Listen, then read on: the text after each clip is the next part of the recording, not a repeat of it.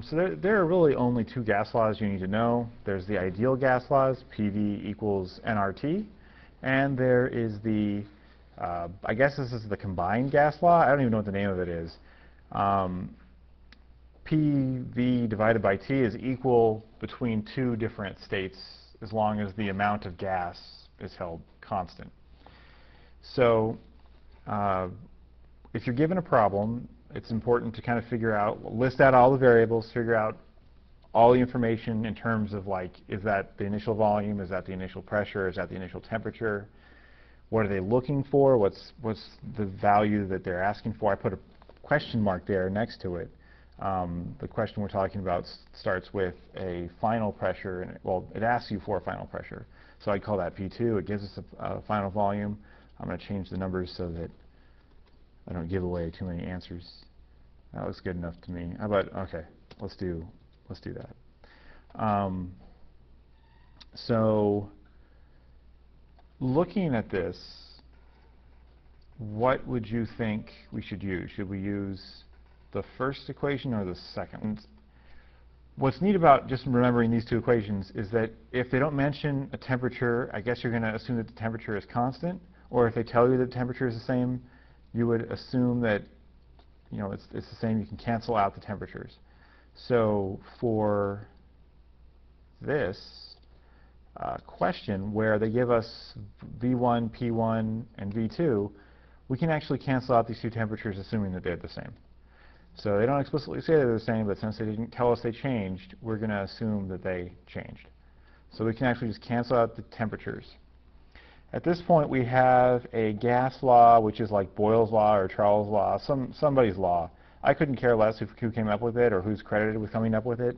The point is that from just remembering this one or having written down this one equation, I can cancel out the t's since they're the same, and I would end up getting a very useful equation I can use. If the volumes happen to be the same in another problem, you'd end up canceling those, and you'd end up getting P1 over T1 equals V2 over T2. So a lot of information is packed into this one equation. That's why I like using it. I don't like wasting slides on 1,000 different variants of this relationship. So we're solving for P2. That's what we're looking for to answer the question. So I'm going to rearrange the problem. I'm going to divide both sides by V2.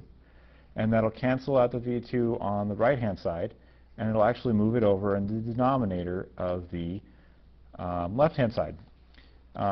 If you're good with your algebra, you can use this stuff blindly. If you're not so good with your algebra, you might want to have a few of these written out before an exam.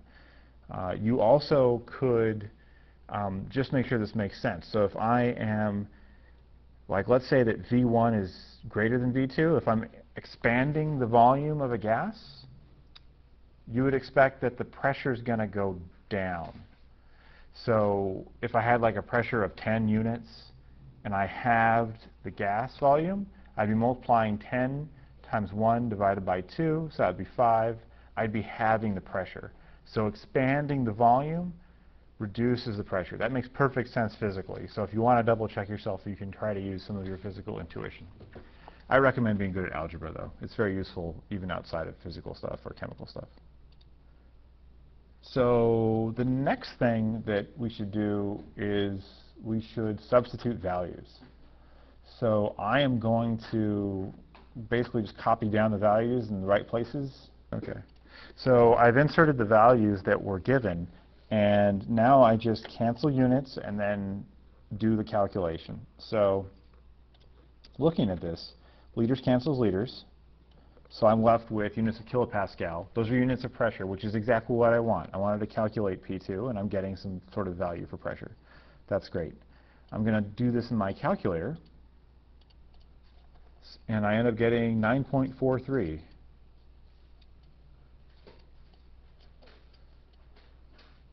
kilopascals.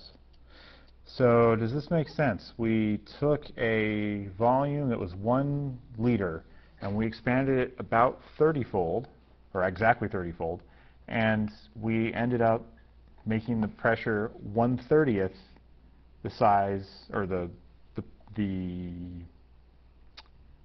intensity that it used to be. So that makes sense to me. That's how you do these problems. And in general, the only thing I kind of skipped in this one, because we didn't have temperatures, is I think the first thing you should do if you have a gas law problem and you have temperatures is you convert from temperatures from whatever values they give you into Kelvin. But other than that, pretty straightforward.